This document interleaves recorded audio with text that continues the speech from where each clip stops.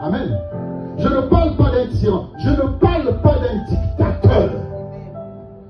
Papa, si tu es dans cette salle, père, si tu es dans cette salle, et que tu te comportes comme un dictateur, viens que je t'impose le main. Si tu te comportes comme un tyran, nous on avait un papa dans le quartier, quand il arrivait, tous les enfants disparaissaient du salon.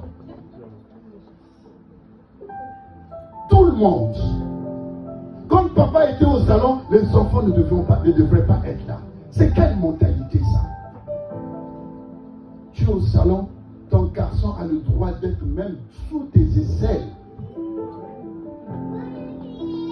Oui, mon fils, tu as compris. Amen. Voilà, un enfant m'a encouragé. Oui, je continue, mon frère.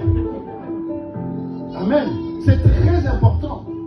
Nous ne pouvons pas nous éloigner de nos enfants. C'est en prenant nos enfants entre nos mains, c'est là que nous connaissons leur faiblesse. Eh mon frère, ma soeur. Un jour, quand je rentre chez moi, je vois mon garçon pleurer. Je dis, Seigneur, qu'est-ce qui lui arrive? Je ne l'ai jamais vu pleurer. C'était la première déception d'amour. Amen. Mais il a fallu qu'il puisse avoir une intimité pour qu'il me confie cela.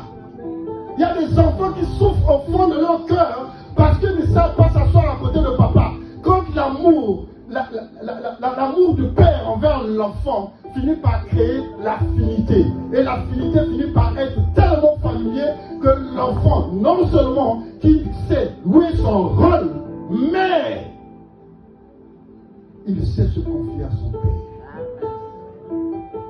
Pourquoi nous les pères, quand la fille arrive à un certain âge, on dit, pour ça, va voir ta